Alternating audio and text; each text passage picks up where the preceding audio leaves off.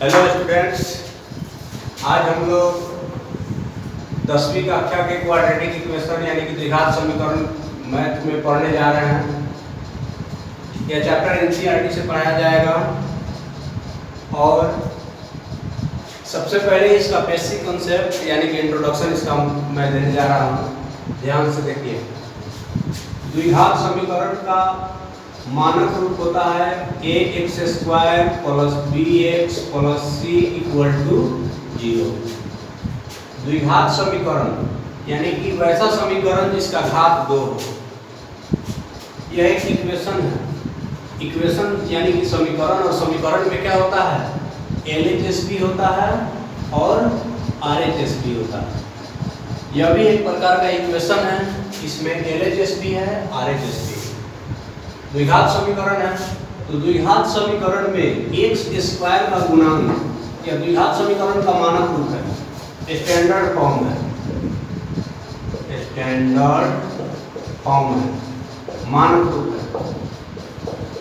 मानक रूप है द्विघात समीकरण का। तो इसमें x² का गुणांक a है, x² का गुणांक क्या है, a है। x का गुणांक b है और अचर पद c है। x² का गुणांक यानी कि coefficient of x² equal to a, coefficient of x का गुणांक है b, कांस्टेंट टर्म है c। सिमिलरली यानी कि इसी प्रकार अगर कोई इक्वेशन इस तरह से दिया हुआ है 2x² plus 5x plus 7 equal to 0, तो इसमें x² का गुणांक 2 है और x² के गुणांक को मानक रूप के तहत a बोला जाता है। तो a का वैल्यू 2 हो गया, x का गुणांक b, x का गुणांक 5, b का वैल्यू 5 हो गया, अचर पद c, अचर पद इसमें 7 है। इस तरह से हम ABC, a, b और c का वैल्यू निकाल लेंगे। एक और एग्जांपल ले लेते हैं, जैसे हो गया 7x² minus 5x plus 2 equal to 0। तो 7x² minus 5x plus 2 equal to 0 है। x² का गुणांक इसमें क्या है, 7 है और x² के गुणांक को क्या बोलते हैं, a बोलते हैं। तो a का वैल्यू 7, x का गुणांक क्या है, -5 है। x का गुणांक -5 और x के गुणांक को b बोलते हैं, तो b का वैल्यू -5 एंड कांस्टेंट टर्म क्या है, c है 2, यानी कि अचर पद क्या है 2। इस तरह से a, b और c का वैल्यू हम लोग क्या करेंगे, निकाल लेंगे। अब एनसीईआरटी में क्वेश्चन आता है कि कौन सा द्विघात समीकरण है और कौन सा द्विघात समीकरण नहीं। तो द्विघात समीकरण यानी कि अधिकतम घात 2 होना चाहिए।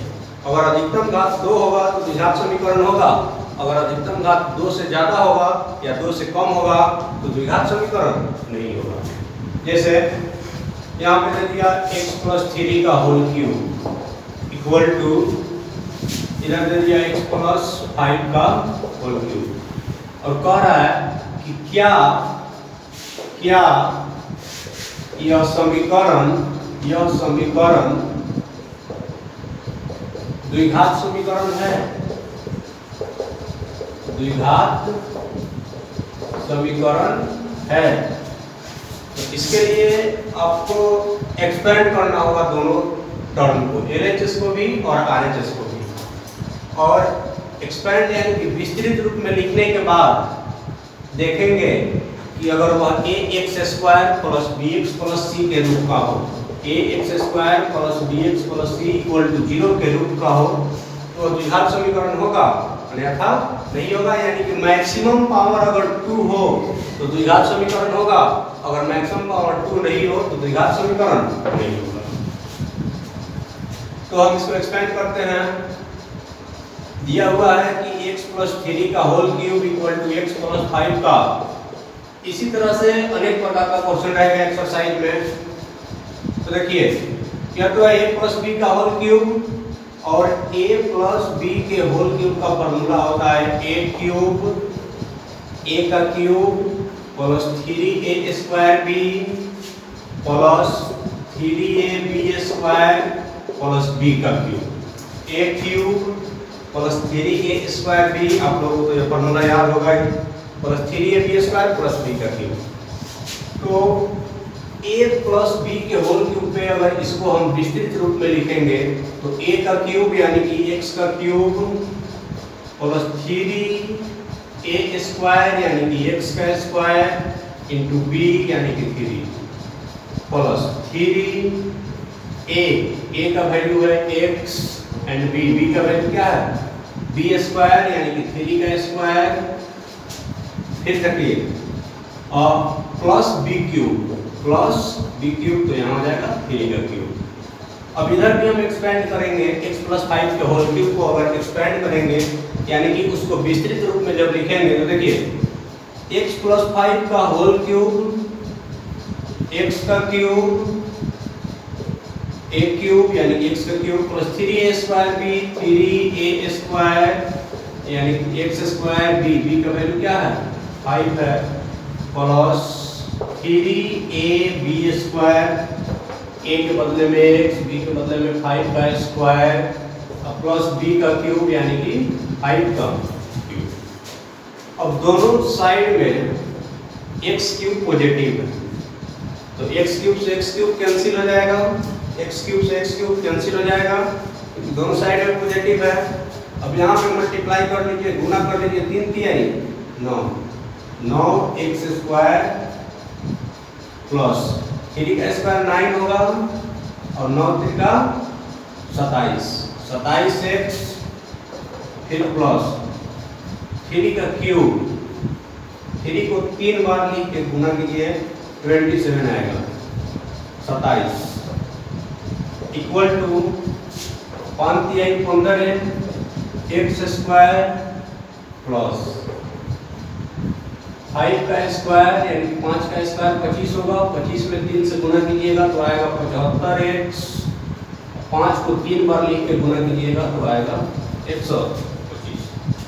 अब देखिए 9x स्क्वायर प्लस में 15x स्क्वायर है, इधर आके माइनस में 15x स्क्वायर हो जाएगा, प्लस 27x प्लस में 75x है, इधर आके माइनस में 75x हो जाएगा, प्लस 27 प्लस में 125 है, इधर आके माइनस में 125। अब 9 में से 15 घटाएंगे तो माइनस में 6x स्क्वायर आएगा,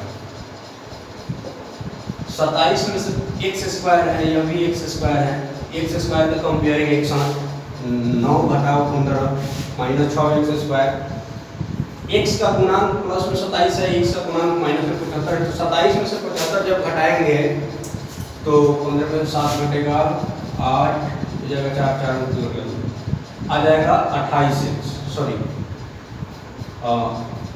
15 में 7 घटेगा 8, ये हो जाएगा 6 में 2 घटेगा 4, यहाँ पर 48x। अब घटाना है 27 में से 125 तो माइनस में ही आएगा।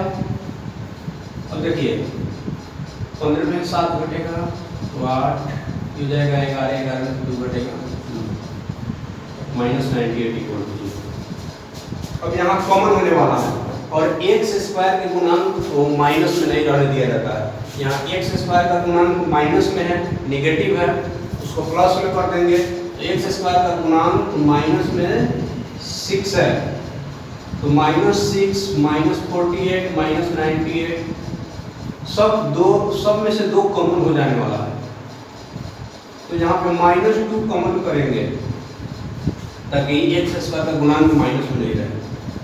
तो यहाँ पे 3 लिखे 3x स्क्वायर लिखेंगे ताकि गुना करने पे इतना आ जाए, 2 तिहाई 6 माइनस 6x स्क्वायर आ जाए, माइनस है तो यहाँ पे प्लस लिखेंगे, माइनस कॉमन करने से साइन चिन्ह बदल जाता है, चिन्ह बदल जाता है, माइनस है तो प्लस, माइनस है तो प्लस, क्योंकि यहाँ पे माइनस कॉमन हुआ है तो चिन्ह बदल जाएगा, माइनस है तो प्लस, माइनस है तो प्लस, माइनस है तो प्लस, ये हो जाएगा 24x, ये हो जाएगा 49 हो जाएगा, 98 का आधा 49 में इक्वल टू 0। तो हो गया ब्रैकेट मीन्स गुना, क्रॉस में -2 है यानी कि गुना में -2 है, तो इधर आके बटा में -2 होगा, तो 0 में -2 से डिवाइड करेंगे तो 0 ही आएगा, यानी कि यह वाला पार्ट उधर जाके क्या हो गया, 0 हो गया।